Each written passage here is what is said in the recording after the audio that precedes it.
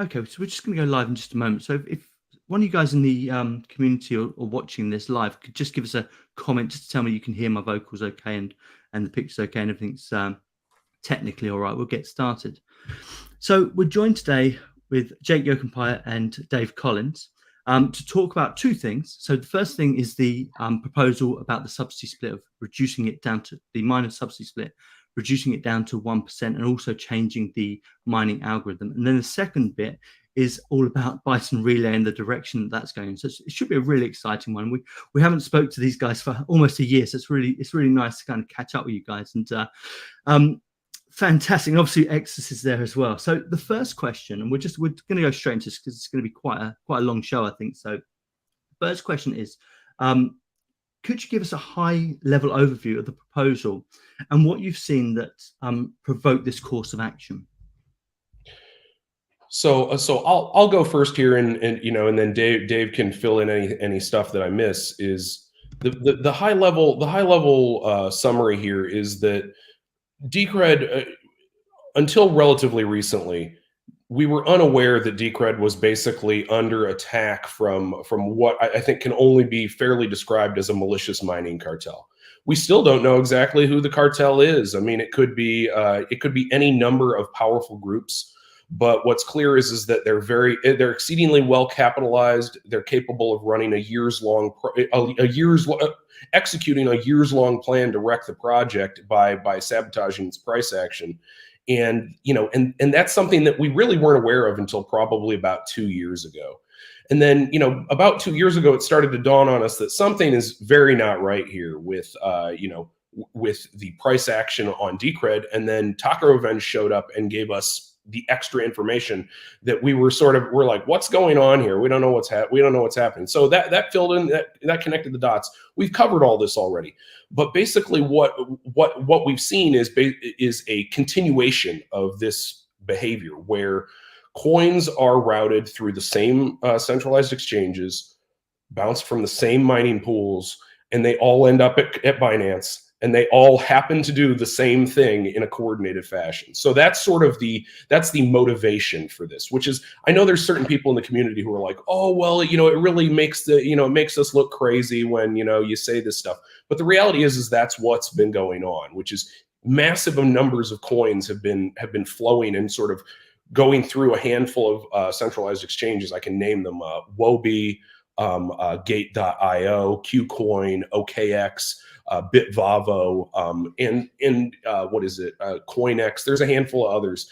And so all of these coins route through all these places, and they all end up in the same place, and they all just so happen to be doing the same thing. So that's a big problem for our project, because most people, when they look at an asset, they don't want to buy an asset that's always going down in price. So if this behavior on part of this mining cartel is continuing, it makes sense to go, okay, well, what can we do to bring a halt to or substantially reduce this behavior from this mining cartel? So that's the big motivation. And then the real simple summary is we dialed down the proof of work component of the subsidy. So it's at 10% now. It was reduced from 60% to 10%. Then we're reducing it to 1%. And part of the reason here is that most of our security doesn't come from proof of work. It comes from proof of stake. And so it doesn't provide much security. So it's basically us giving coins to someone who's punching us in the face over and over again. So we tried to reduce the face punching part of it by going from 60 to 10, hoping that maybe they'll stop punching us in the face.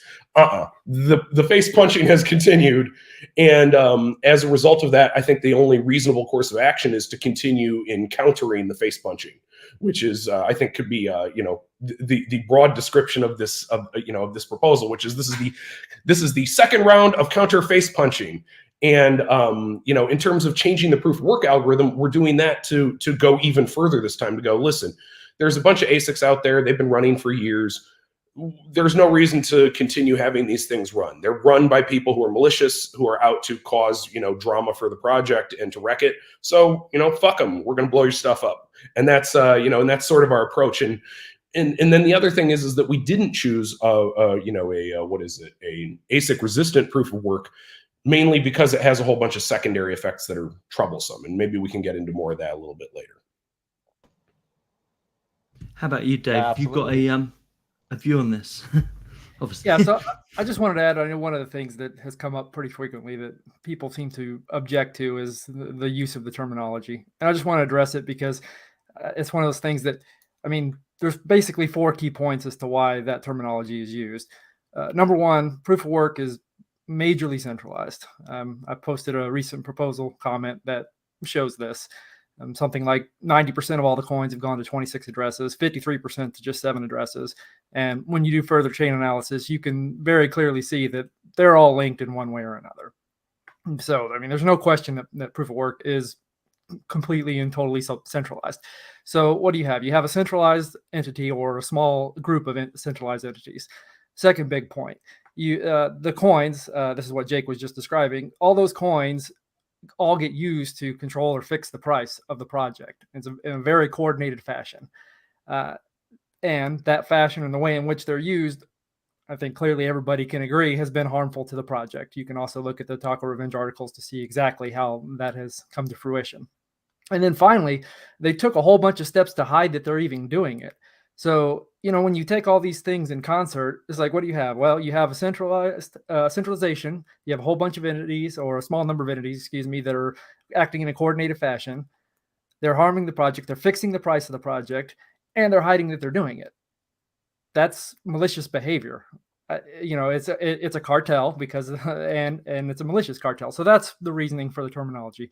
And I just wanted to basically describe or explain why it is that terminology is used. Yep. And then we'll talk a little bit more, I think, about the specifics at the end, what Jake was talking about in terms of the algorithm, or which algorithm we chose. Okay, perfect. Next question. In your opinion, will this proposal be enough to course correct the malicious action? And if not, what could be a possible further step? Well, I mean, I guess that there's really 2 facets to this, right? Which is, there's not much further we can go with reducing the proof of work subsidy, right? 1% is almost 0. So, hey, let's say at some point we do go to 0 and we go pure proof of stake. Maybe that's possible. Maybe that's desirable. Maybe it isn't. But the point is that it's almost 0 already. So our countermeasures are almost maxed out, at least at a first pass. Maybe it'll be enough. Maybe it won't. But the sort of the fallback is really Bison Relay. That is that Bison Relay is meant to, we're trying to constrain supplying people who are, out to ruin the project. And then, so what's the next best thing that we can do is we can go, well, we can always try to generate more demand. And, there's lots of people who seem to think that, like, if you just market harder, Decred will go. And it's like, have you paid any attention for the past 4 years? It's like we've thrown millions of dollars at marketing even when there was a bull market, and it's like it doesn't really change things very much. If people show up and buy 10,000 Decred and then the market ticks down repeatedly for the next 2, 3, 4 days, they're like, yeah, I'm going to dump this asset. So this it's all kind of entangled. And the idea with Bison Relay is to create demand that is more agnostic of the price. That is, that people use it as sort of a utility token more so than a like a speculative asset. So that's sort of, that's my take on it, which is we've basically gone the full countermeasure. If this proposal passes, it'll be basically the countermeasures have been fully deployed, and then at this point, it's basically it would have to fall back to secondary countermeasures. I suppose the counter to that is, if it is successful, will there be any kind of readjustments? So say, for instance, we do get a lot of GPU mined individuals. Can there be any counter adjustments to the mining reward? I think it really depends. We have to assess this situation. That is, that before we get to the point where we're like, yeah, we're going to readjust the subsidy splits. We need to see that this problem is licked, and that this problem has gone away, not just for like a month or 2 either. It's like it has to be persistently dealt with before I would even consider proposing something in the opposite direction. The other thing is that proof of stake provides much stronger incentive alignment. That is, that there is the nothing at stake problem, which is that's a complication of going pure proof of stake, which maybe Dave can comment on in a little bit. But that's a major problem, right? Which is that which is there's this weak incentive alignment. If you have 10% of the hash, you can just dump 10% of the 10% of the proof of work subsidy, and it doesn't affect your percentage of the hash rate at all. So that it provides weak incentive alignment. You can't do that with proof of stake and maintain your stake. So it's I think that from an incentive perspective, proof of stake is vastly superior to proof of work, particularly after seeing how centralized proof of work is. Yeah, no, I completely agree with this. It brings me on to my next one. Probably this one's for Dave then. How important is it for us to maintain our hybrid proof of stake, proof of work system, and generally, what are the benefits to that opposed to going full proof of stake? Right. So currently, I think probably we can split the security aspects into two broad categories. So the primary function of the hybrid system is really to protect against 51% attacks. I think everybody knows what those are. That's where the mining power kind of, if you have more than 50% of the hash rate, you can create new blocks and replace the current blocks and sort of erase history or change transactions that occurred, undo them. So from that perspective, the hybrid system, it doesn't need the split really isn't all that important because the vast majority of that actually comes from the proof of stake side. That's actually because the stakeholders have to essentially do a two-factor authentication on every block. And as a result, almost all the security comes from the proof of stake side. So from that perspective, there really is no problem at all from a proof of stake standpoint. The bigger security side of things comes in when you start to talk about denial of service attacks. And that comes down to how the network itself functions. Just try to think of a way to kind of explain it, but it isn't too technical, but you can kind of think of, there are a whole bunch of low resolution checks that kind of rely on the proof of work aspect to prevent you from doing things like, for example, I don't know, filling up somebody's disk with a whole bunch of low work blocks and things like that. So by having that extra expensive by requiring those expensive calculations and having that extra layer in there, it protects against a lot of these low resolution or sort of denial of service attacks.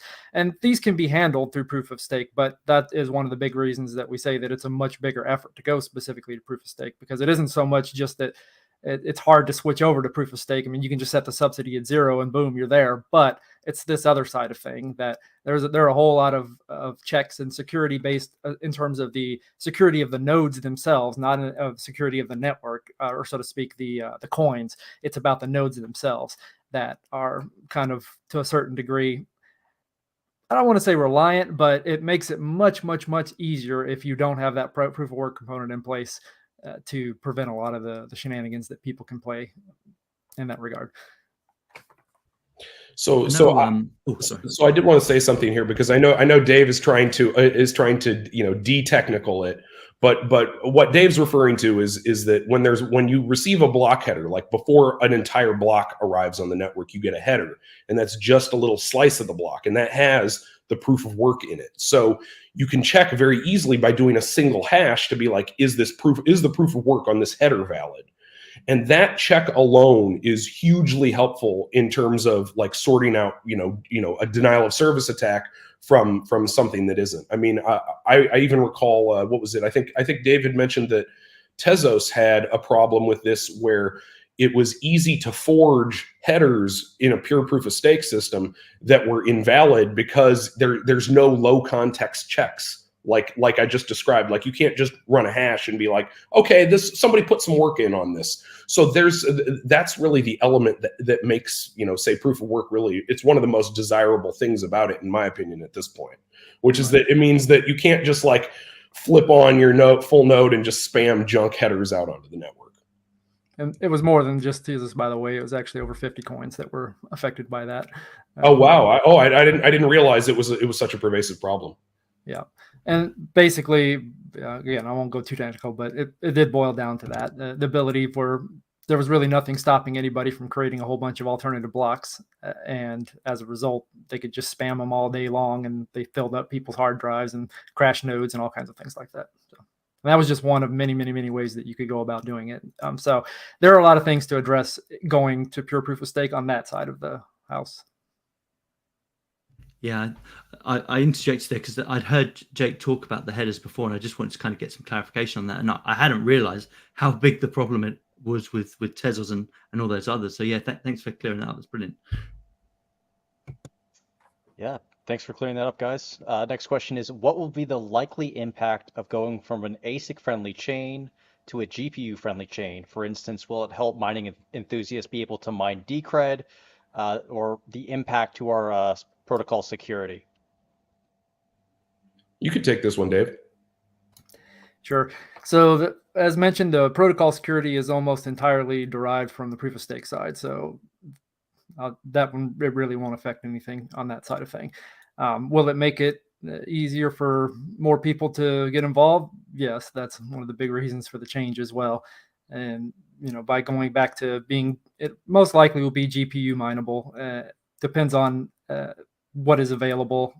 But given that the vote takes 3 months, I'm almost positive that there will be the ability to mine on GPUs by that point. So it'll almost positively be GPU mining, yes. And then it'll kind of go back to the point that anybody who wants to mine at home on their, say if they have a gaming rig or GPU sitting, they can do that, yes. So something I wanted to add here is that there was a recent Spaces interview with or a recent Twitter space with David Vorik and Tivra. And Vorik had some very interesting things to say after he via Obelisk and his, I think, whatever other, he may have had another corporate entity or two that did mining hardware. After going up against Bitmain, their take was, if they want to push out an ASIC, they can do it in 3 to 5 months. So my hope is that people get to mine with GPUs. But it really depends on what the mining cartel does, which is that if the mining cartel really wants to punch out a Blake 3 ASIC, they can probably do it. I would obviously, I would like to think that the incentives are weak enough that they're not incentivized to do that. But I guess we'll see. And I'm saying this to intentionally manage people's expectations, which is that we're trying to adapt one step at a time to an adversary that is well resourced and calculating. And so whether people are going to be able to mine with GPUs or not, I hope they will be able to. That's where I'm at. Right. Actually, I'm glad that you mentioned that, because that was another thing I did want to bring up and forgot, is that when we're talking about the proposal, that's actually another reason why the subsidy is being dropped, because the fact that Blake 3 isn't any kind of ASIC resistant algorithm, there could be a new batch of ASICs. And so by lowering that subsidy, it makes it extremely unprofitable as well to go through the process of creating ASICs. And so it kind of also acts as a way to hopefully stave off that as well. But as Jake mentioned, I mean, obviously somebody could still do it. Yeah, I like the approach that you guys are taking to kind of to move the algorithm as well. And it's something I've commented on in the past. Is I'm pretty much now, I've participated in pretty much every aspect of Decred apart from mining. And every time I've looked at it, it's like, well, I could buy this old secondhand piece of hardware and just try it. And it's like, you know what, I'm not going to do that. So I'm personally hoping that I will be able to buy some GPUs, and I'll probably ask that question in a moment. And then we can go from there, and then I can say, hey, I've actually participated in every part, which I'm going to be happy about. So I'm going to skip a question because I think you've already answered that. But I'm going to say, why has Blake 3 been chosen to replace Blake 256, and what are the benefits, stroke drawbacks, compared to other GPU algorithms like RandomX, which I know a lot of people want to hear that one. So. Sure, I can take it.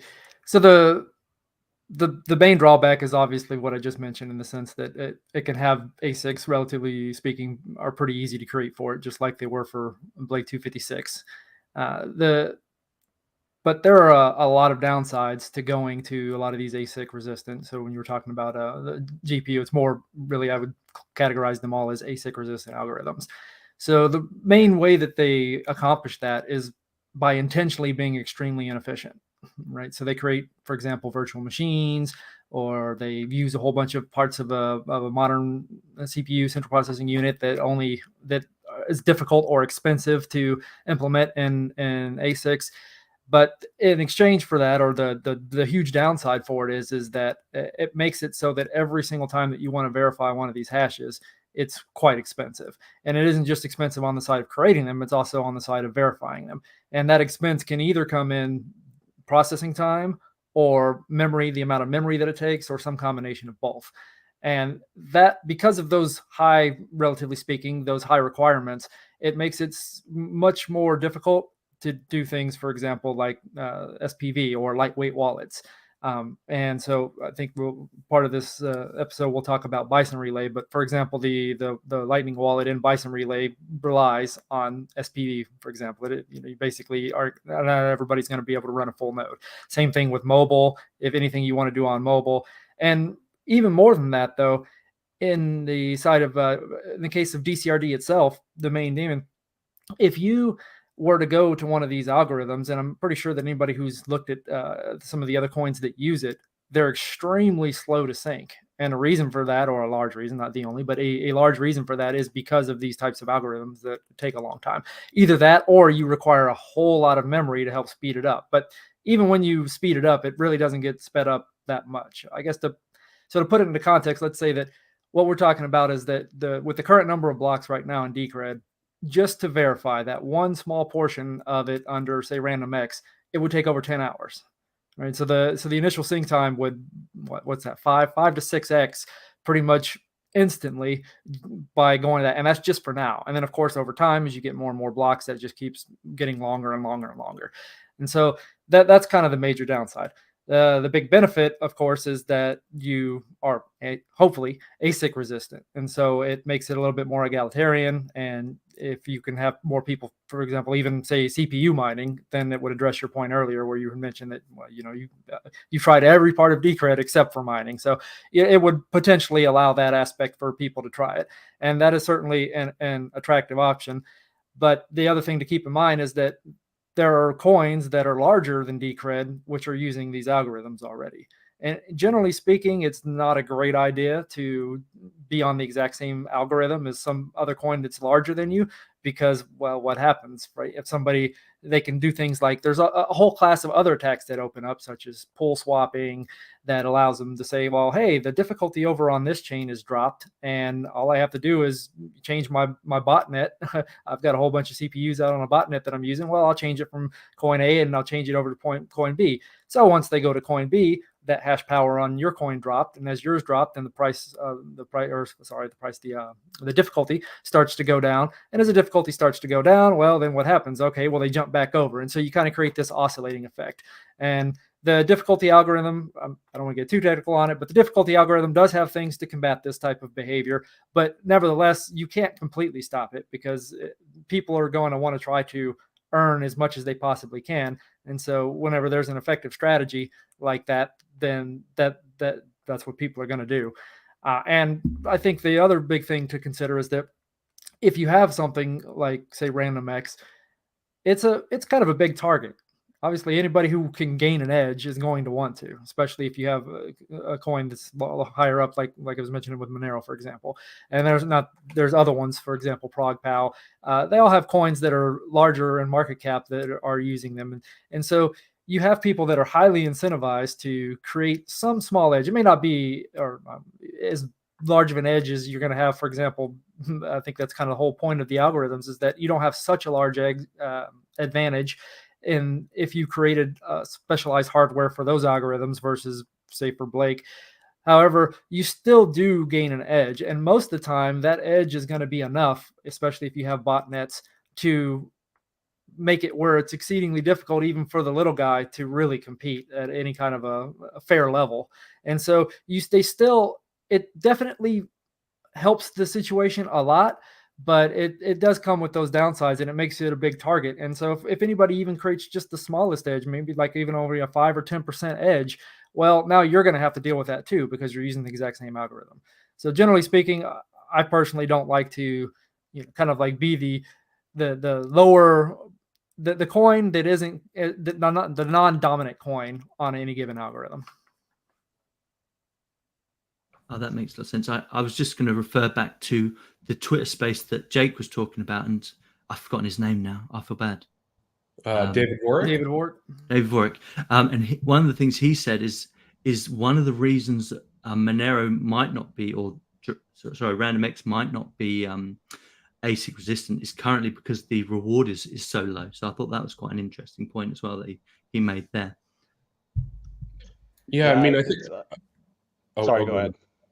Oh, no, I was just going to say, I mean, that's kind of the big thing that doesn't really get talked about too much, is that it really kind of does come down to that. As soon as it's economically feasible for specialized hardware to be created for something, it will.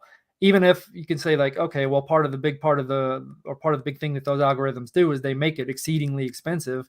And so that you can't really gain that much of an advantage. There's the key. It makes it exceedingly expensive. So when the price goes up enough or it gets expensive enough, you still can end up in a situation where you have certain hardware that has an advantage that is enough to make a difference that matters. And then here's sort of a secondary thing that Vorik had mentioned, which is that even in the context of something like RandomX, where the incentive is low to create an ASIC, you still have, there's still all these parameters you can fiddle with, right? Because RandomX is basically, it binds to commercial off-the-shelf hardware. Okay, well, what's to say you couldn't take that same hardware and either modify it slightly, or hell, I mean, anyone familiar with overclocking knows the game, which is that you can start to, you can yourself, typically through a BIOS, tweak various parameters to say run a little hotter, or to change the fan speeds, or to swap out the fans. And then you can take something which is supposed to be egalitarian, and then if you have sufficient sort of optimizations to make on top of that, then you could squeeze out, who knows, maybe another 20, 30, 40, 50, or even 100%, edge in terms of that hardware relative to someone who is just running it in a stock configuration. Yeah, Dave, thank you for pointing those things out. People really need to understand how important SPV is to our ecosystem. You said the Lightning Network wallet mobile, but also the DEX makes use of SPV. So it's super important that we keep that in mind. And I have one question from Jay Holdstock on this. He wanted me to ask you this. As we know, Blake 3 is faster than Blake 256. Could this change the dcrd experience for end users, like utilizing more CPU cores, faster sync times, enabling dcrd to run on lower end hardware, things like that? So I don't think it will make too much of a difference there, because if one of the things that is going to happen here is that we're only going to, or the plan here, assuming the vote passes, is to only change the proof of work algorithm itself, as opposed to changing the hash function that's used on everything else. Because if we were to change that hash function, that would affect everything. I mean, from the decentralized exchange to Bison Relay to the block explorers to the wallets, everything is using the current hash function to hash the blocks, to verify there's all kinds of proofs that happen, the Merkle proofs. You also have the header commitments that uses that. So by changing that, it would really be a very, very, very deep change. So the plan really there is to only change the specific function that gets used to verify and create the proof of work component itself, the specific, basically when you hash the block and verify that the difficulty is less than the target, it will be using the new algorithm. So the result is, yes, Blake 3 is faster and significantly faster than Blake 2, especially when you turn on some of the newer features of CPUs like AVX512, or technical features, but you can make use of certain features in more modern CPUs that allow you to parallelize all the calculations. But we're really only talking about a single hash check per block, so it's not in a hot path at all. So from that perspective, it really won't make any difference. Yeah, I mean, I think that Dave touched on it right there, which is that the time it takes to sync the chain and most of the operations that dcrd does are not dominated by the hashing. So that checking hashes is not what makes dcrd slow. It doesn't eat up much CPU or memory. What really does is things like checking signatures, fitting blocks together, putting stuff on disk, checking stuff on disk. And so, there's a whole bunch of technology that Dave and Ryan had put into dcrd in order to make that better. So I wouldn't expect much of anything to change from a performance standpoint. Oh, fantastic. So just probably goes more into mining than you guys might want to answer, but I'll chuck it out there anyway. And the one thing I'm curious of, being somebody that now wants to try and get one of these machines, what kind of hardware would you guys recommend you buy? Is there something off the shelf, or is it going to be something you build yourself, like get a bunch of graphics cards and put it together yourself? What would be the best solution for someone like myself if this proposal obviously goes through? What would be the best solution for us to try out the mining side of things, in your opinions? Obviously, if it's too difficult, don't worry. Well, I think the biggest problem with mining is that you really can't give too many good recommendations there, because everything ultimately just depends on what everyone else is doing. I mean, that's kind of the whole game of proof of work. If we were to make some recommendation, oh, well, maybe you should get this particular GPU or whatever. Well, that all depends on a whole lot of assumptions and a whole lot of guessing as to, well, okay, well, how many people ultimately end up buying or how many GPUs? Maybe you have one big person that decides they want to buy a whole bunch of GPUs, and then all of a sudden it throws the equation off. So I would say probably the only thing that it can say for sure, or almost positively for sure, is that I would very much guess that GPUs are going to be there and functioning in full force right out of the gate. So I definitely wouldn't expect to be able to CPU mine. I mean, I think that the sort of configuration that I would expect, there's really only two kinds of configurations that I would expect to work here. Is assuming nobody blasts it out of the blocks with an ASIC, which I hope doesn't happen. It would probably be the usual GPU mining config, which would be roughly a main board, and then you'd attach. It depends on the main board that you have, but you can have up to like 6 GPUs attached to a single main board. So I'd expect something like that would be a reasonably efficient config. It will draw quite a lot of power, so keep that in mind if you're going to run one of these at home. And if you do run one at home, it's great, because as long as nobody's ASIC mining, part of the point of us making this change to proof of work is to intentionally make it unprofitable. So if you're doing this, you're contributing to making it unprofitable. And so the removing the profitability is actually part of the objective here. So if people want to run it at home like a hobby kind of thing on the side and just mine a little bit, that's good, because that actually, that prevents the network from being captured by somebody who can really make a huge edge and then like hammer, and then play all kinds of games, because it's harder to play games when you can't clock a profit. I guess the other thing that I would say is I've seen comments that suggest that FPGAs could be a good decision. And so FPGAs are, field programmable gate arrays. They're basically, they're semi-specialized hardware. They're probably going to be a little bit more difficult to get your hands on than a GPU. I don't know how much more energy efficient they would be, but I believe that is the suggestion. The suggestion is that an FPGA cluster could be more energy efficient at mining than a GPU cluster, but I expect a GPU cluster is easier to get and easier to set up. So it depends on how efficient you want to try to be. I think it would be interesting to see some data on both of those, like GPU versus FPGA. Yeah, that's ridiculously helpful. Thank you. I think if it goes down this route, and obviously they don't blast out a bunch of ASICs.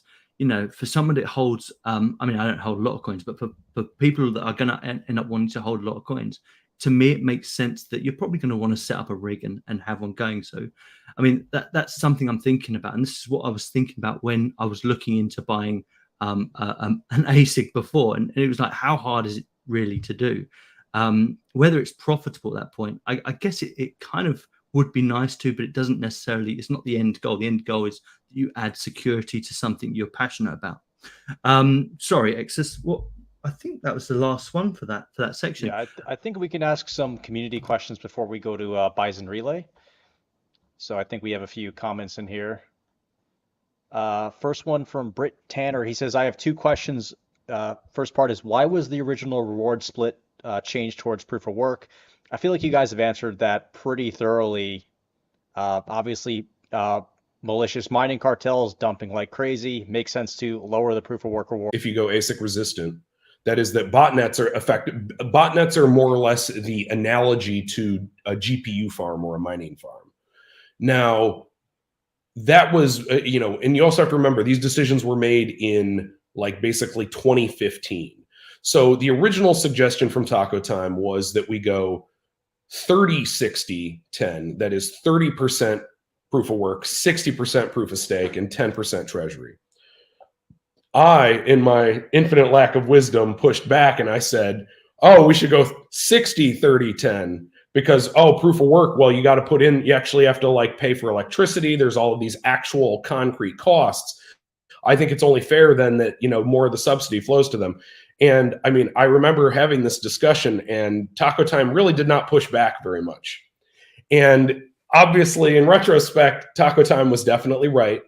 But, you know, the argument was never supplied that, well, Jake, what you probably aren't aware of is how horribly centralized, you know, the ASIC game is. It's just a handful of players and they run the table. It's like, it's not even, and further, you can't even get access to the hardware. Anybody who makes the hardware, you know, runs it themselves until it's like junk, basically. And then they sell it at like, you know, rip off prices to everybody else. And then, you know, everybody gets screwed, everybody gets upset. And then a bunch of people who just, you know, who probably don't deserve it end up with most of the coins. So, you know, that was what that's the historical part from 2015. And then what was it? Why was the original transfer and why did the devs push for ASICs? It wasn't a question of pushing for ASICs. It was a question of which way did we want to go? Did we want to go egalitarian proof of work, which seemed like it was like its own path that had a whole bunch of work associated with it? I mean, look at Monero. How many times did they fork and did they hard fork to change their algorithm? And that was a centralized hard fork. When you do a decentralized hard fork where it's like proof of stake activated, that's a lot more work to do. So it's like, you know, those are sort of the considerations that we had in mind when we did this. And hey, there was wisdom I lacked in 2015 that I now unfortunately have acquired at an incredibly inflated cost. Well, I'll add, for me personally, one of the big things about ASICs is that it wasn't so much that we were pushing for them, like would love to have them, just that we did realize that they were inevitability, right? When you have the algorithm, they were going to happen. And so one of the big things that we focused on, of course, was the security aspect of it. Really, for example, stopping the 51% attacks is one of the issues, but not just that one. There are a bunch of different games that can be played if you have the majority hash power. And so the hybrid system with the proof of stake layer stops all of that, as I'm sure you guys have even noticed by now that the difficulty of the network has dropped, or the proof of work or the mining difficulty has dropped so much. Notice that everything is every bit as secure as it was before. So we weren't concerned about it from the difficulty standpoint. And the main reason that at that time, so, you know, of course we have to go back in hindsight and everything. We're talking 7 years ago now, probably something like that. At that time, pretty much the big concern with ASICs and centralization was all about security of the network, which we didn't have that problem because of the hybrid model. So that's why we weren't really concerned about ASICs from that regard. And like, you know, their inevitability, they're going to happen. So what do? Well, we just try to make sure that we can secure against them. And that has worked out exceedingly well in that regard. Like, the network has been very secure, and that it worked exactly as designed. The part that was overlooked, of course, is what Jake just mentioned, is that, well, they got all the coins, and then used them to beat the crap out of us on the exchange and completely dominate and control the exchange and control the project through the economic side of things. And so that was really kind of the big problem that ASICs came to be. But the main reason why we weren't concerned with them at the time really was that we were focused on the security of the network itself, as opposed to what are the possible ramifications of the economic side? Because I know that a lot of people now in hindsight duh, that's obviously what's going to happen. It wasn't so obvious. Nobody knew back then. Not really. I mean, maybe some random folks on forums would say, hey, well, maybe this is a possibility. But there are always a whole bunch of predictions that people make all the time, and most of them don't end up coming to pass. So, you know, that definitely was not part of common knowledge back then, especially that it was at the scale that it is. And, you know, that kind of goes back to what we were talking about before. I have noticed that I see comments quite frequently, even to this morning, where people constantly want to think they still believe that proof of work is truly decentralized. And it's like, I don't think you guys have actually looked at the data. It is really absurd just how centralized it is. And not only is it so centralized, that there's a very deep and powerful entity or entities out there that are using it to control the market to an insanely large degree. I mean, here's a pattern that Dave has pointed out to me, and I mean, I noticed it myself, which is if you've ever looked at the market cap rankings, the market cap rankings are incredibly static, and that has never felt, and I mean, this even goes like even when there's a wicked bull market going, it's very rare now to see any one coin blast up the rankings and then and like rise up 10, 20, 30 spots. That's exceedingly rare. And over time, it's become rarer and rarer. And what that suggests is that there's basically an organized effort to control the pricing and the valuations of these assets. And exactly who it is behind this. I mean, it's a hypothesis, right? That some group controls the pricing of most of these assets. Well, then it's like, I mean, how else can you explain that? It's hyper rare for coins to move up 10 ranks. Like in an organic market, you would expect, let's say there's a bull market or a bear market. During a bull market, there's going to be some coins that just blast it out of the park. And then there's going to be, coins that just like get nailed in a bear market. On the other hand, what we see is these very tightly controlled, rankings. To me, this suggests that there's basically that this, malicious mining cartel is potentially a much larger operation. That is that what most people perceive as free markets in the crypto asset, domain, in the crypto domain, are actually, very much rigged, presumably via mechanisms similar to what we've seen specifically with Decred. Yeah, fantastic points there, guys. And I think I want to say that I wouldn't beat yourself up too much. I think, actual fact, no one saw it. And I remember even like less than a year ago, after we'd done the first bit, we're still getting people coming through and didn't really realize the how centralized it was. And yet another reason why I'm so passionate about Decred, because when something is spotted and it's analyzed and the evidence is collected, we then can have these votes. And it's all on chain, and it's all kind of done properly, so everyone gets their say. If you're a stakeholder, you get your say, and it either gets approved or it doesn't. And I think someone in the comment just made a point there of, if the miners are still part of this project, we'll see that right now, and in the votes to come. So I think at the end of the day, this is what Decred was built for, having these votes and seeing if we can change, or if we need to change, should I say.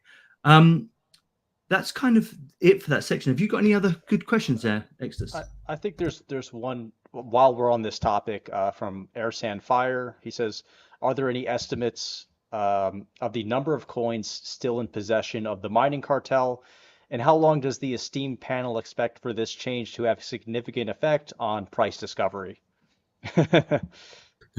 Being referred to collectively as the esteemed panel is incredibly entertaining. So I'd just like to start with that. And then in terms of estimating this stuff, I've gone back and forth with Taco Time on this quite a bit. Here's the trouble with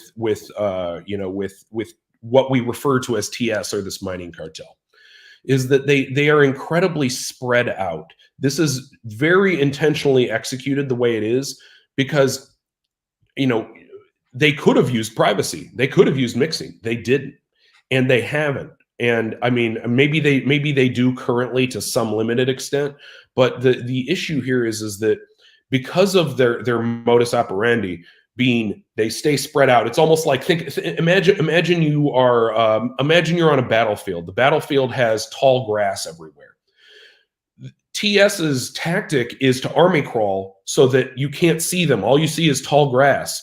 Then when they want to attack, one guy pops up and goes, bup, bup, bup, bup, bup. And then you shoot that guy and he falls down. Then another 5 minutes later, somebody else pops up and goes, bup, bup, bup, bup, bup. And it's like this process just continues and continues. So you can't go like, listen, the enemy is in this sector. They're everywhere in the grass, and you only see them when you force them to pop up. And so this notion that you can profile them is, I helped, develop these on-chain analysis tools. And even so, what you can see is that you can see there are certain stakers that may be, part of this cartel.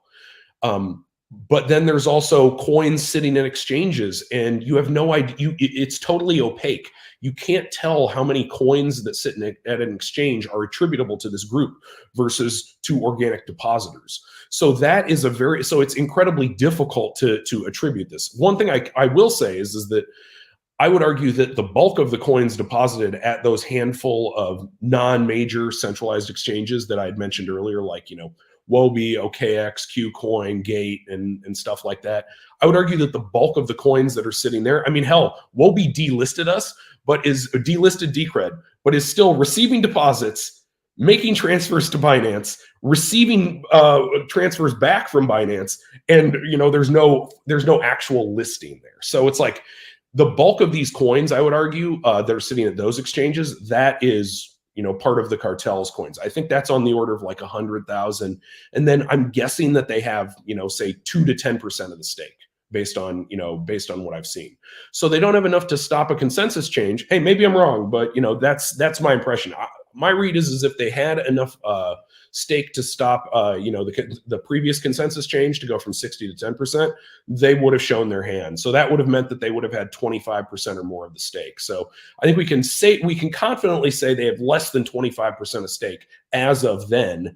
And then I think we can probably say that they probably have between 2 and 10% of the stake now. So I wouldn't be surprised if they have several 100,000 coins at this point. I think I would be surprised if it's more than 1 million, though. So I did want to clarify. I was listening to one thing you were speaking. I thought that maybe it wasn't quite clear. Is that when you were saying that it's difficult to tell how many of the coins that are theirs, you're referring to the remaining coins, right? We already know that a certain number of coins were theirs, and so that when you were saying it, it sounded like you were talking about all of them. But I know that really you're referring to the remaining coins. Yes, yeah, the coins that remain at these exchanges. So the inventory of these other exchanges is probably mostly minor, mostly cartel or TS, and then the stuff that's at Binance, who knows? Maybe it's 10%, maybe it's 20%, maybe it's 90%. It's hard to say. So it really is very difficult to profile, TS. And something else that I think is worth pointing out here, which I've pointed out a few times in the past, is that the MO here is completely generic. There is literally nothing about this MO that is specific to Decred, apart from them maybe episodically staking. So this could be occurring on, Litecoin, Bitcoin, every single other, proof of work chain out there. And most people have no idea that this is going on. And per my comment about the tall grass and people popping up, is that the only time you'll see it is if you force them to pop up. And so if you're not going to force them to pop up, you literally will never see it. And so by the time you're like, oh, there's just a bunch of tall grass, I'm supposed to defend this position, I'm defending it, there's no enemies. Next thing you know, somebody's going to pop up in your base and stab you with a bayonet. Great analogy. I love that. Any other questions, Exus? No, I think we're ready to move on to Bison Relay. Oh, wow. Unless you have any questions. I was going to say, is there anything that you feel that we haven't covered that the stakeholders need to hear? Me? Yeah. But, I was talking to Jake and Dave, really. Okay. Is there anything that you feel that the stakeholders need to hear that we haven't covered, or do you think we did okay? No, I think we hit everything that matters. Cool. Yeah, I think so. Thanks so much for that, guys. I really appreciate it. And it's a tough topic, but I think it was good. So on to Bison Relay. I am ridiculously excited about Bison Relay. When you announced it back in December and then it got into my hands, I was just like, I can't believe that this tool exists. And the fact that it's basically changing the infrastructure of the internet one step at a time. So we've got content delivery, social media, and communications. I suppose the most important thing, I know I've read the three posts before Bison Relay came out, but what was the overall catalyst for building Bison Relay, and where do you see it going? I mean, the overall catalyst is, I've been a system administrator since, like 2003. So I've been like administrating and installing and configuring my own machines for 20 years. And I've done less of this as time has gone on. I have D Hill, our excellent DevOps guy, And so he does some of the more advanced stuff that I either don't have the patience or the or the technical skills to pound out. But I've been doing this stuff for 20 years, maintaining my own machines and running infrastructure, setting up VPNs, mail servers, web servers, all this crap. And what it really comes down to is that it was sort of an intersection of several things that were I saw as major issues. Is like, one of them was, hey, we're censored as hell on social media. And it seemed, one thing that is that is interesting is that, if anyone who read my Bison Relay post about it, is that it seems pretty clear how I and the project account have been censored now that the Twitter algorithm is nominally public, which is that groups of swarms of provocateurs can target an individual user or an account by following them and then unfollowing them, or following them and then muting them, or following them and then blocking them, and and things along those lines, in order to effectively reduce their visibility. So basically, social media is and Twitter's just one example of many, is hyper rigged in the sense that, because there's custody of the data involved, somebody can always put their finger on the scale and be like, you know what, I don't like your data, I don't like your content, I'm going to put my finger on the scale and turn it off, or turn down the volume by a factor of 10. Similarly, if they like your content because it goes along with some narrative that they think is legitimate, what they can do is that they can dial it up. And I've always had a problem with that. And frankly, I was on Facebook for like 9 months, and before I got on, I'm like, yo, this is a surveillance network. This is not a social network. This is a surveillance network. And I knew that before I got on. And then I got off as quickly as I reasonably could, and was like, and that's it. That's great, folks. Bye. And so that's a major problem. Then there's all of this political censorship that's been going on lately, which is obviously, it's so bad. If you ask the question in the United States, what was the point of the First Amendment? The First Amendment is effectively it's a societal blow-off valve.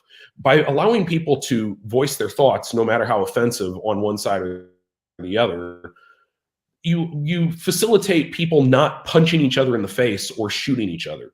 And I think that's a positive thing. No violent revolution. Good. It's good. Social unrest, bad. And I feel like that has been short-circuited. So that was a big driver. And then on top of it, it's like, as I said, I've been a system administrator for 20 years, and it's like, the internet is completely broken. It's full. It's like a gobbledygook of protocols that individually barely work. It's like, okay, there's a web server. It's like, okay, the web, it's a decent idea. Well, but what about all this dynamic content we need to render? Now shove in the JavaScript, shove in the DOM.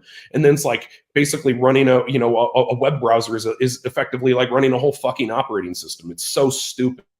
Like the way the whole thing works is just broken. And that was obvious to me in 2003, where I was like, hold on, I have to have a certificate authority sign my cryptographic certificate so I can use it on the internet. That's ridiculous. So in 2003, I knew that was ridiculous. 20 years later, it's just as ridiculous. So all these things sort of fuse together as a way to move forward technologically and societally, which is nobody should be able to turn off your microphone, and nobody should be able to spy on your content or manipulate it. If somebody doesn't like what you're saying, and or what you're saying is illegal, or what you're doing is illegal, they should go arrest you. They shouldn't be able to go, you know what, we don't like Jake, we're going to turn off his microphone. That's garbage. That's no way to run a society. And then on top of it, I figured, then let's make it accountless. Well, how do you make it accountless? The only way to make it accountless is with micropayments, because you have to basically be able to stop spam or at least mitigate it. And so then, boom, you can tie it into Decred. And so there we go. That's sort of how all these pieces fit together. And I think that it's ridiculous to see the extent to which things like Nostr get media coverage and get exposure via all these cryptocurrency publications, because it's like, what did you do? It's like, whoa, you're signing messages and then you're relaying them. And they still have the same problem that they have with Mastodon, which is that because the content isn't encrypted, people go, I don't like your content, you can't relay via my server. And so, it's ridiculous that Bison Relay hasn't gotten more coverage and more interest just from the crypto community as a whole. And it's an outgrowth of so many problems that I've been so fed up with for 20 years. I just to sorry, Exus, just to say one thing. I turned on Twitter today, and I was presented with a dog. You know, I forget what the coin's called.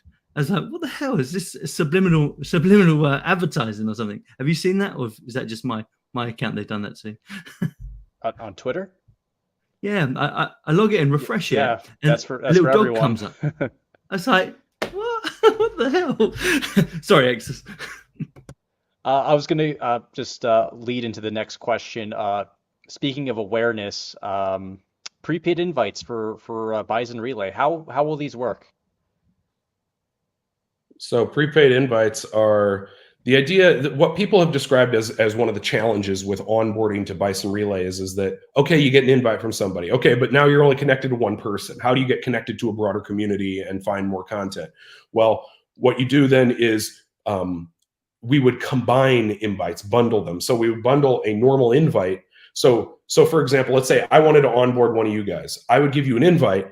Then what we did is we said, let's bundle it with a group chat invite. So you can basically instantly pull someone into a group chat. Okay, well then wouldn't it be great if you could also give them the DCR that they would need to seed their, Bison, to seed their client? And then, someone had suggested this, and then we thought like, well, how can we go about executing it? And then so what you do is you put a small amount of decred on a particular address. You export that priv key, the corresponding priv key, and then you bundle that. And then what we've actually got is we've got it. We're going to be testing this later this week. Is you upload that to a rendezvous point on Bison Relay and prepay for it. Then you give people a string that has an address for that rendezvous point and a token to show that basically it was prepaid on your behalf. So once you have those two things, it's literally a string of characters that's like either 128 characters or less. You take that, you paste that into the client when you turn it on, and it will download a priv key that has decred on it, and then you can use that to open your channel, and then you can bundle that with a normal, that would be bundled with a normal invite and a group chat invite. So all of these things that normally would be separate steps, like getting an invite, getting a group chat invite, and then getting, basically getting the decred you need to fund the client, those are all literally one step, and you can do it for your friends now, and they literally need no access to any of this stuff. I have one question with that. Would you be automatically able to connect with, say, Oprah Bot with that invite? If, say, I was trying to onboard people, would that be possible? You want to take this, Dave? No, I was just going to add there, when you were describing it, though, that was definitely pretty detailed and everything. I think from a more higher level perspective, what it'll basically look like is, to address the question too, is you'll basically give an invite to somebody. They take that invite, paste it into the client, and you'll hit next a few times, and you're automatically going to be in a chat and have the channel open and have funds available. And that's at the super high level. And so, whereas right now you have to go through a few more steps to get the coins and open the channel and all that. So basically it'll look more like, like I said, you get the invite, paste that in there, hit next a few times to accept the defaults, and then you're already connected. Whereas right now, when you first get on there, you're kind of dropped in the software, and you kind of like, okay, well, what now? I need to find somebody to connect with. So then, sorry, go ahead, Jake, on the next question. But to talk about, so in the context of Oprah, so the way Oprah works is that Oprah is effectively a crawler. It crawls the BR network, and it does it via posts. So if you make a post, if Oprah is following you and you make a post and someone comments on that post, Oprah will see the post, it will see the comment, and it will automatically follow anyone who's new. So it will go, aha, here's a new person, and then it will follow them, and then it will repeat the same algorithm. So that, if they post and then somebody new posts on as a comment on their post, then it will follow them. So it basically crawls via posts and comments. And so in terms of rolling in that with paid invites, the way there's another element to it, which is that, it uses whitelisting. So the reason it uses whitelisting is because, listen, there's always going to be people who game stuff, right? There's going to be the guy who posts a bunch of one character comments just to get little micropayment rewards for it. So we manually whitelist to be like, okay, you're not just spamming the network, you're actually making substantive comments. And then, there is a manual whitelisting process for that. So that's how Oprah works. And we could easily roll it in, something that we haven't gotten to because we're really trying to focus on the rough edges for the onboarding, because we want to finish the rough edges with the onboarding and then get on to pages and pages and stores, and then also mobile. So doing those things, we're trying to really, we're trying to punch this out to get to the end of this. And then what we could do is we could also make it crawl via group chats, Oprah. So we're getting there, but in terms of rolling in Oprah, that might take a little bit longer. I've been okay, well yeah, impressed that with sounds Oprah. really promising. Sorry, go ahead. Yeah. No, I've been well impressed with Oprah. It managed to connect to me the other day. I wrote a little post, and literally within a few minutes, it'd given me a tip for the post, and then a few minutes later, after I commented against somebody else's, it gave me a tip for that. And I just think this is so powerful, it's so amazing. And one thing, just come back to an earlier point that you made about Nostra, and it was a comment that I made is, in actual fact, I'm not even convinced that they've got these micro tipping yet. They might have since I last checked it, but with Bison Relay, it's just there. It just works. I mean, I'm making an active effort now to try and tip everyone that posts, because I just think it's what the ecosystem needs, really. I think when you're in the Web 2 world, that's just not available. Which kind of brings me on to my next kind of question. In the chat, if you click on someone's icon, their little profile icon, it brings up their sidebar, and you can tip them almost instantly, which is great.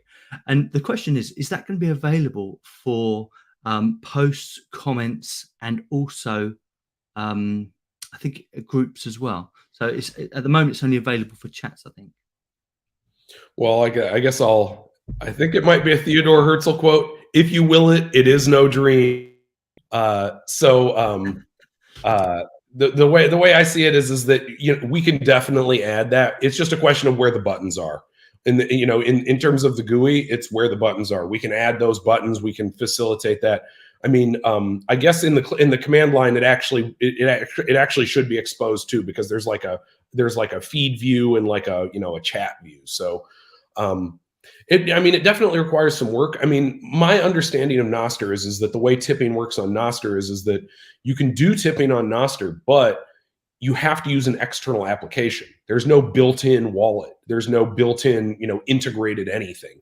Here's the other thing that we've learned the hard way already, just with, the extent to which LN is integrated into Bison Relay, is that tipping and tipping is a synchronous activity. That is that both endpoints need to be online at the same time in order for a tip from one end to the other to fire.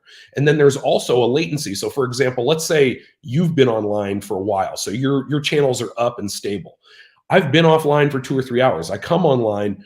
Well, then my send channel, I might have trouble finding a path to you right away once I've been up. My recollection though is that most of the challenges on tipping are on the receiving side. So if whoever is the receiver has been online for a little while, their channels are up and stable and can receive inbound tips. But if for example you just come right online, in a lot of cases there will be routing issues, because the route to your to the end of your channel is not recognized by the network until n minutes after it's been up. So there are tricky bits to this, and we recently Mickey, one of our our lead dev for Bison Relay, has been really fighting with the code, because apparently there's so many different edge cases with how LN payments can fail, that he tried to make the code self-contained for how do you make this code self-contained for tipping, and it's like a rat hole of edge cases. So it was one of these things where he's like, oh, I'll do this in a day, and it's like a week later he's like, dude, I'm ready to be done with this. I mean, there's no criticism there at all. I think what you guys have built so far is just absolutely outstanding. And like you say, yes, there's a few rough edges, but really and truly, I've used a few other LN bits and pieces in the past, and it's never been plain sailing. It's never been easy. But with Bison Relay, the first time I installed it and went through all the instructions, it worked, which was really, really impressive. Yeah, tipping is definitely. I don't know what it is about tipping. I'm just really impressed by it. I just love the fact that if someone posts a nice bit of content, I can just say, "Here, have a tip. I've really appreciated what you've done." I just love it. I think it's brilliant. I mean, my read on the draw of tipping is that the reason tipping is cool is because you can't do it anywhere else. Like, it's like, maybe you can do it at like OnlyFans or something. It's like, you know, but it's like, then somebody has your credit card. It's like, is that even really tipping? It's like them going like, here's how bad you're going to charge me at the end of the month, versus here, I'm individually carving off like little payments and sending them to you. I mean, it's historically been something that isn't really feasible, I mean, and what it really comes down to is the tipping and the way that Bison Relay functions it's literally not possible without a micropayment system like Lightning Network. Yeah, like you said, if you went onto a platform like Facebook or whatever, the first thing you have to do is put your card in, and then you can send some money for whatever you purchase. But with Bison Relay, you literally say, right, here's a tip, boom, from me to you, and that's, yeah, I think you're right. I think that's why I'm so in awe of it, because it's not requiring anyone else to sit in the middle or take my details or whatever. Yeah, it blows me away, really. I can't remember. Is it my question or yours, Exodus? I can't remember. I believe it's mine. Will Bison Relay get profile images and social engagement buttons? Say, can you like posts? And profile images is avatars, basically. So avatars, I mean, the avatar is just like a UI thing. We can obviously, we can add images or whatever. That's not a big deal. So I have a relatively controversial position on likes. I hate likes. Most people like likes. I hate likes. And why do I hate likes? Likes have replaced actual engagement.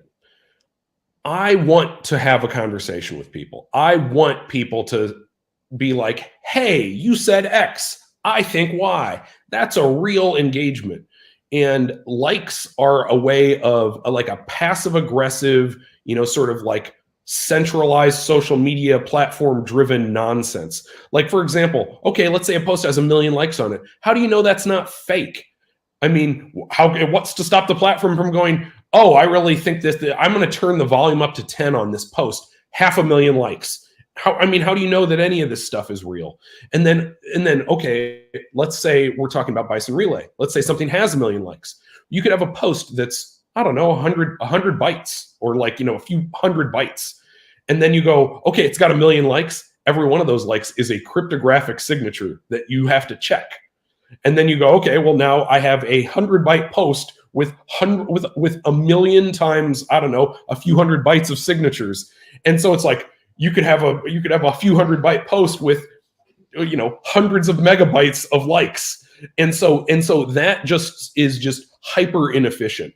So this idea that you're going to propagate these likes from one end to the other and have them be cryptographic, I mean, in my opinion, the whole thing is absurd. And it's like, it's all some kind of like casino optimization garbage, where it's like I want to make the screen flash so Johnny gets a burst of adrenaline and dopamine when he sees a like.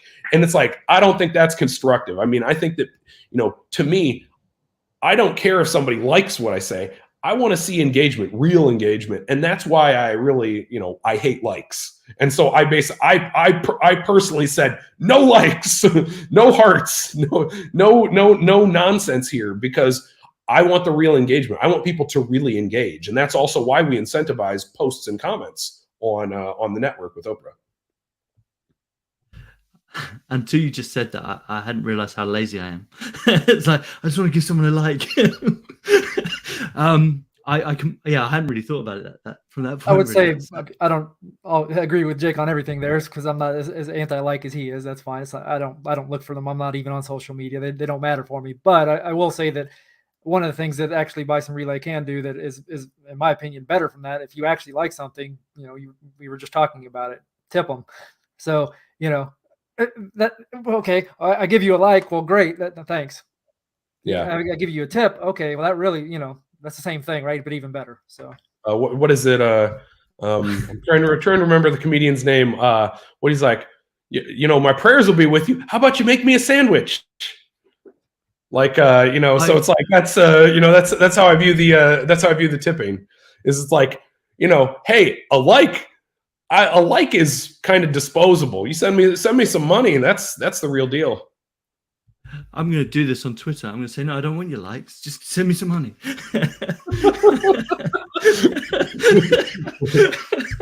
Oh, God. Man, this ain't OnlyFans. I'm not going to be able to stop now. We got a lot of questions over here. Go on. Let's do some community ones. Yeah, we have a lot of questions. Let's see. Try to find something. Let's see. Phoenix, do you see any ones that stick out to you? Let's see. I'll tell you what. You have a little search. You go on. By Void. He says, without going into too much technical details, what are the biggest challenges that you have right now or expecting to have while developing the mobile version of Bison Relay? I think one of the hardest things is that, you know, Tivra has said this previously, that Bison Relay is effectively the everything or the X app that you know, that Musk has referred to, you know, intermittently over the past, you know, 25 years, and that makes for a hard UI development process. That is that it's, you know, roughly, if I had to roughly describe it, it's like roughly like Telegram, but like it'll even include more stuff than Telegram. So it's like, basically imagine you took the web and you compressed it down, and you're like, okay, we're going to put like the entire web, all of social media, and like e-commerce all into one app. And that makes it, you know, and have it not be a flaming pile of garbage like most web browsers, you know, like a sprawling corporate blob that literally no one can rebuild their own version of. So that's difficult to do, because like, right, most people are used to going, hey, I have a chat app, I chat in the chat app. And so like the UI and UX for a chat app are very conventional. It's like, it's hard to really screw it up that bad. And then it's like, but then you go, okay, well, what about an e-commerce or like a you know, like a sort of like a web browser type experience? Well, that is also a very tried and true like UI UX pattern. So to be able to merge these things in a coherent way without it becoming a cluttered mess is really, I would argue that is probably our biggest challenge. You know, from the perspective of the mobile client in particular. Like the desktop client, you have a little bit more wiggle room, right? You have more pixels, you have more space. But like on a mobile client, like you really have to be smart about how you lay stuff out, or else it'll just turn into a dumpster fire. So is this coming to iOS and Android, do you think? We're going to try. I mean, I know that there are certain rules on app stores about content moderation, but then you can look at things like Signal. There's no content moderation on Signal.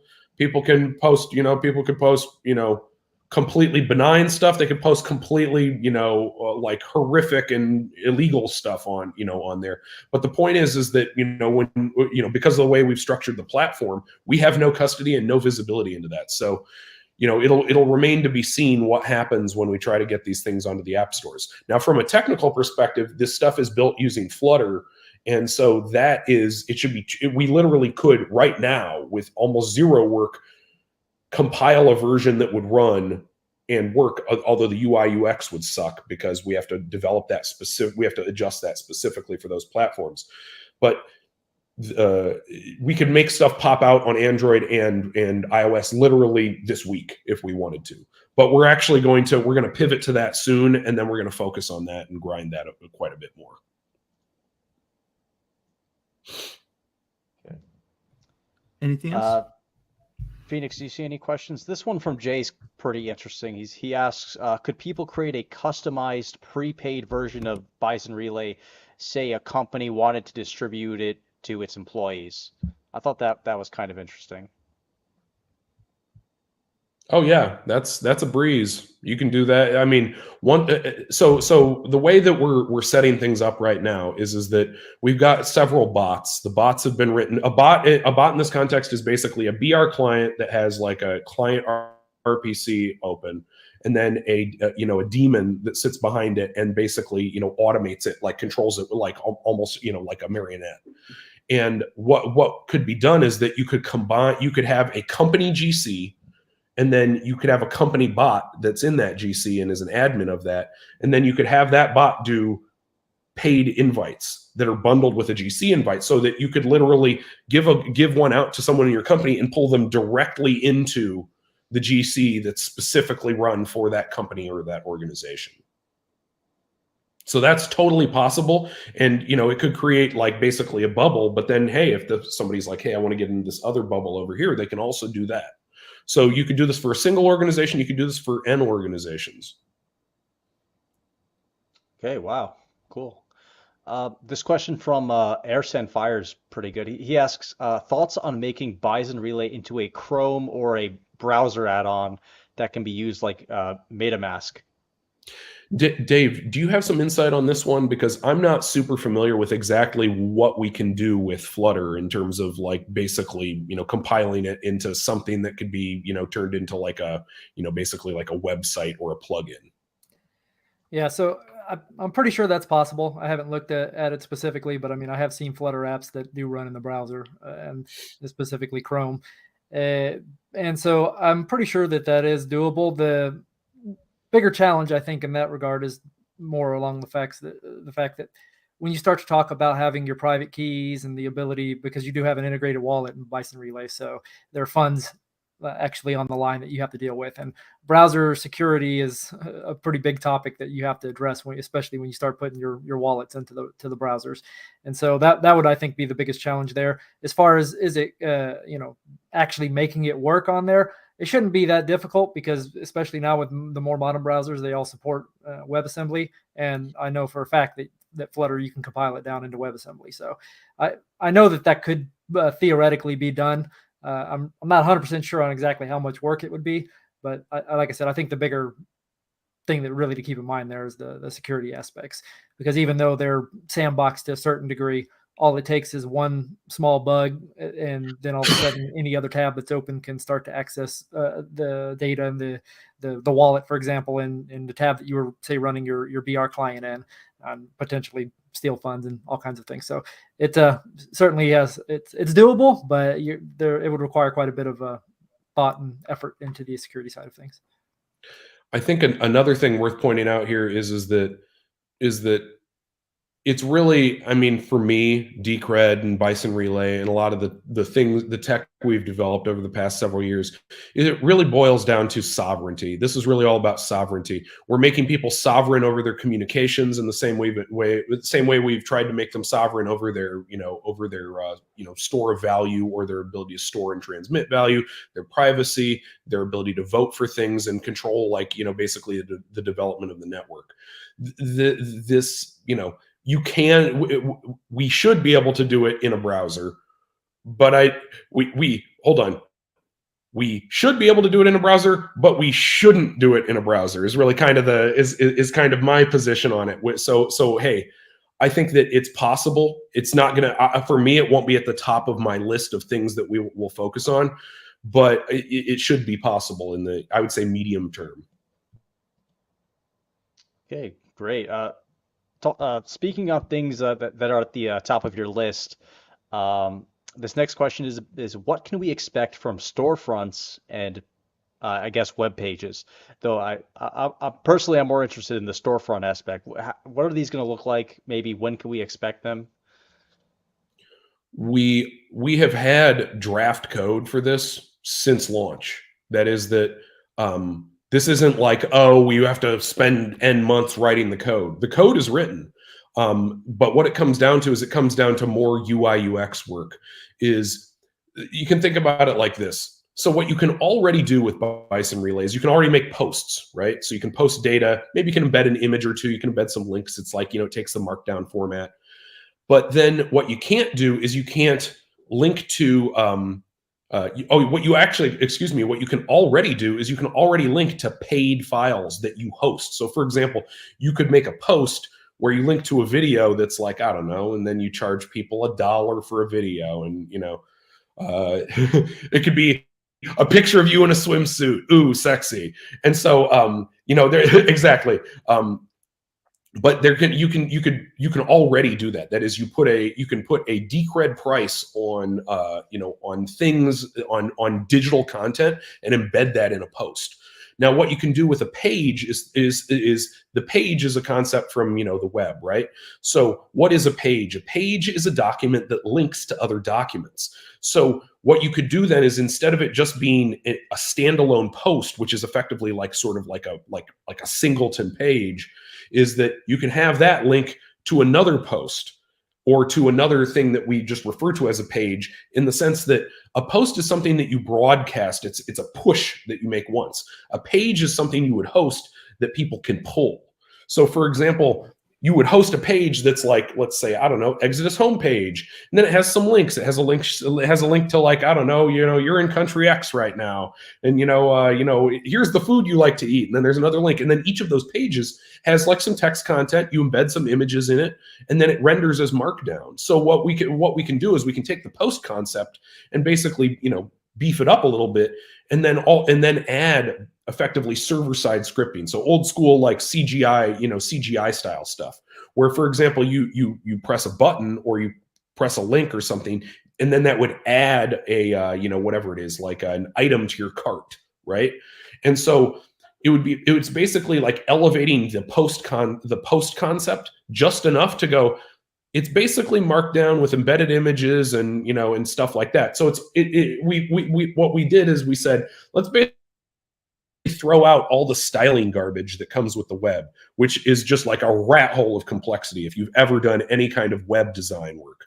So it's just this rat hole of complexity. Throw it out and make it a markdown document, and then you can make a store. You could be selling videos, you could be selling music, you could be selling, and then you can be selling meat space items. Now, selling meat space items is more complex because you always have to ship the thing, right? So it's like, well, then you have to do shipment integration, and then you have to, like, you know, you have to do shipping quotes. And so it's like this, you know, there's a lot more to the meat space side of things, but we have a draft pull request that does this stuff, and we've been sitting on it for months. So it's not theoretical, and, you know, it works. We've tested it. So it's just a question of us getting to the point where onboarding is smoothed enough for us to go, okay, now we can pivot to mobile, and then we can start adding the stores and pages. So it would basically reproduce what I would consider the best parts of the web, and where we cut off the garbage. And Dave might have something to say here. No, go ahead. You got it. That's fine. But yeah, I mean, I don't know. I mean, anybody who's ever built anything on the web, it's like building a website is a real pain in the ass. And, you know, the reason it's a pain in the ass is because there's a million knobs. We're going to take sort of the Bitcoin approach and be like, we're just going to remove the knobs. We're going to remove the knobs. And then anybody who can type, you type some text, you use like some markdown formatting, and boom, you got a store. You link a few pages together, you're done. It's not like, oh man, which store backend are you going to use? And like, oh, I need to change all the colors, and I need to reposition all the elements on the screen. It's like, no, you can't do any of that. That's I was going to say something. I completely forgot. Oh yeah, because it's markdown. Will you be able to change the way that the header, like the header, it can customize the header the way you get it to look yourself? That was a terrible one. Let me start again. Will you be able to customize the individual aspects of the markdown? So say, for instance, you put in a header or a subheader. Could you make it blue, or could you make it bigger or smaller than it is by hosting a style sheet or something like that? We're at the point where, you know, anything is possible, but excuse me. What we're trying to do is we're trying to really avoid adding the runaway complexity that you know, that has shown up on the web. I mean, you know, the runaway complexity on the web is manifested via these you know, what are they, the graphical toolkits, right? You know, like Blink and WebKit and Gecko. Like, it's just such, I mean, you have to be very careful about what you allow people to do from a customization standpoint, because if you, you know, it just becomes like an endless series of knob turns, and then you're back to basically centralized garbage. Now, part of the reason we would want to do this is because then somebody else can come along and go, you know what, we don't like your client, we want to make our own client for this. Great, then do it. And you know what? You can actually do it from scratch, and it doesn't take, you know, like 10 years of full-time equivalent work to like just start to like, you know, make headway on that. Oh, that's really cool. So you're thinking of Bison Relay as more of like the base package, and then you can take it further and stuff. That's really cool. Actually, I like that. Sorry, X, I interrupted you. No, I was just going to add that, right. So there is that sort of separation, right? There's Bison Relay, the back end, so to speak, if you want to call it that way. And then there's the actual, the front end. So, you know, we already have two different clients. We have the CLI client and on the text-based one, and then we also have the graphical one. So sorry. So if you wanted to create a new client, a new graphical client that has more of that type of ability to customize and things like that, that's completely doable, right? The layers are separate, so that is possible. Oh, someone else is beeping now. That's really cool, actually. No, I hadn't really thought about it like that. I like the direction this is going into. One thing that interests me, Jake, you were saying the other day that email is almost ready. What will that look like? Will you be able to send an email to typical email providers, or is it just more like chat? Oh, I wasn't sure exactly what you meant by email is almost ready. You know, what do you mean? Like, maybe give me some extra context so I make sure I'm not just talking in circles. Yeah, I might have misread it in one of the chats the other day. I saw you say it was in the Bison Relay one that the email was almost ready, and it got me thinking. Oh, I wonder if that means that you're going to get email addresses and things like that. But did I completely think about that wrong? Well, here's another important facet of, you know, something that I consider to be very wrong with the public internet as it currently exists is authoritative naming systems. I think they're garbage. And there's a whole bunch of reasons why they're garbage. One is that, you know, early adopters get all the good names and everybody else gets to suck an egg. And, you know, and then on top of it, it creates a system where as soon as you have an authoritative naming system, someone has to maintain it. So it has to have some kind of nominally centralized system to maintain it.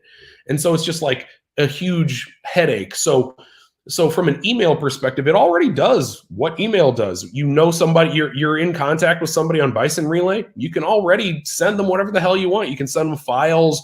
You can send files. You can host files so people can pull them from you. So you can push and pull files. You can send, you know, arbitrary text. You can send images. You can send all kinds of stuff already. So basically, as a data transfer client, it already does email and then some. The upshot too is that with email, one of the major problems with email is that you can send email for free, and you can't do that with Bison Relay. That is that there's always a cost to sending things via Bison Relay, which deters spam. And so the major problem with email is anybody can send to anybody. Even if I don't know you and I don't ever want to talk to you, you can just guess my email address, right? And boom, it's in a public directory. Boom, there it is. It shows up in my mailbox, and I don't want to read it. That's, you know, and so email has a very serious problem. I mean, here's one of the things I think is ironic about Bison Relay is you go, what does Bison Relay do? Is it's really sort of a, you know, it's the realization of Hashcash. Hashcash was supposed to be an email, you know, spam countermeasure system. And it's like, well, that doesn't work on chain because it'll clutter. There's too much stuff. It'll clutter the chain up and it'll be too expensive to keep all that stuff stored. What's the only way to do it? A micropayment system. So there we go. We have a micropayment system that's used to deter spam. And then we've replaced email, which is unencrypted and custodial, and with encrypted, you know, accountless data transfer. Yeah, no, even when I was reading that just then, I was like, oh, we've already got that. That's basically just chat. And you're right. It already works. It's all very good. And I like the idea of the micropayment. So someone's actually got to pay to send a message. And like you say, in terms of anti-spam, it's brilliant because, I mean, at the minute, anyone that's got an email address is just being bombarded with all kinds of rubbish. And it is pretty awful. I'm almost at the end of all of my questions here. And I'm sure X has got maybe one or two more. But another thing that hopefully I got right is one of your comments on the chat was saying that you're bringing Politeia to Bison Relay. Is that a fact, or have I misread that one as well? That is the plan, and here's why. The back end work on Politeia has basically been abandoned. As a function of that, it's like, well, now it's just effectively it's a difficult to maintain piece of infrastructure that sits, and then it's like we have to harass people to get it it worked on. D Hill doesn't like to maintain it because it breaks, and then he has to dig in and figure it out. And as a function of that, it just begs the question. It's like, well, it's a website that has a limited amount of dynamic content. Why not just take it all and stuff it onto BR? And that's our position, because because a lot of the infrastructure that you see in Politeia is user accounts and comments and like all of this stuff, and it's already there with Bison Relay. We already have all that content. You no longer need to gate comments by whether an account is paid or not. An account is implicitly paid once it's on Bison Relay. So the same thing goes for CMS. That is our contractor management system. So it's conceivable that we move literally all of our infrastructure onto there. And then at least in the case of the proposal system, we would maintain basically like a mirror, like an episodically updated static version of the site on the web, so that hey, anybody can cruise by on the web and see how the votes are going. But if you want to participate in the comments, you got to come on to Bison Relay. Thanks for that insight. Actually, I've wanted to ask about what the development is for Politeia for a little while. So it's nice to kind of get your insights into that one, see what's going on, even if we don't dig too deep. Now, we've been going for about an hour and a half. Would you guys be okay to do about another 5 minutes just to round up any community questions that we might have? X, is there any that you see?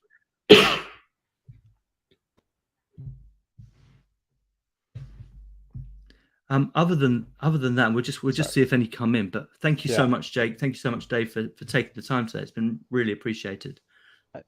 This one from Jay is pretty interesting. He says, at what point will you go to Decred stakeholders for Treasury funds to develop Bison Relay? So as of right now, it's being funded privately. Is there any plans to bring this work to Politeia? For stakeholders to vote on, so they can be paid in Decred from the Treasury? Oh yeah, so that is going to happen very soon here. Very soon, I'm going to do a core development proposal, which I've been incredibly lazy about putting up for various reasons. So that is going to go up, and I am going to include Bison Relay in the core development proposal. So that's all going to get rolled together, and I'll be, you guys will be able to go back and forth with me on that once that proposal goes up. I'm hoping to have that up like basically, what is it? It's Wednesday. I'm not feeling very good this week, but maybe mid next week I would have the proposal up. Oh, brilliant. Yeah. Unless there's any else. Oh, you're muted, Exodus. Oh, sorry. I said I think that's just about everything from the community. Well, there's one more. This is from TL Stradling. He says, will Bison Relay be on Decrediton? Or will it be integrated into Decrediton in some manner? I think that is challenging to execute on. There's already so much going on in the Decrediton wallet that rolling it into BR into Decrediton is going to be a challenge. We don't have plans on doing that. And then, what it really comes down to is that our takeaway after, and I think Dave is one of the people who went ahead and checked this out, is Flutter is actually way quicker to develop like a GUI on than Electron. So Decrediton is based on Electron, and then what is it? The Bison Relay GUI is based on Flutter.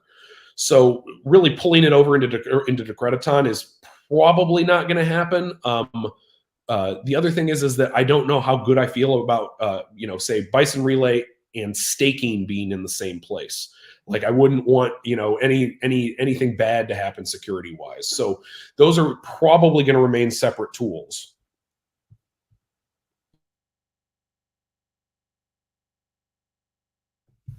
Fantastic, guys. We've gone on for an hour and a half. I think that's probably enough, and I think we've covered pretty much everything up to date for both the proposal and Bison Relay. So thank you so much for kind of being so open with us and kind of delving into all these topics. It's been absolutely amazing, and thank you for giving up all your time today. It's absolutely brilliant. Any final words? Then let's just go on, Dave. Well, thanks for having us on the show. The revolution will not be censored, surveilled, suppressed, or otherwise shut down. Fuck that shit. Chat.decred.org or bisonrelay.org. And I mean, I guess thanks for taking the time to do this, guys. I really appreciate it. And you know, I guess that's it for me. Thanks, guys. Much appreciated. Yeah, thanks everyone who showed up, and the questions were all great.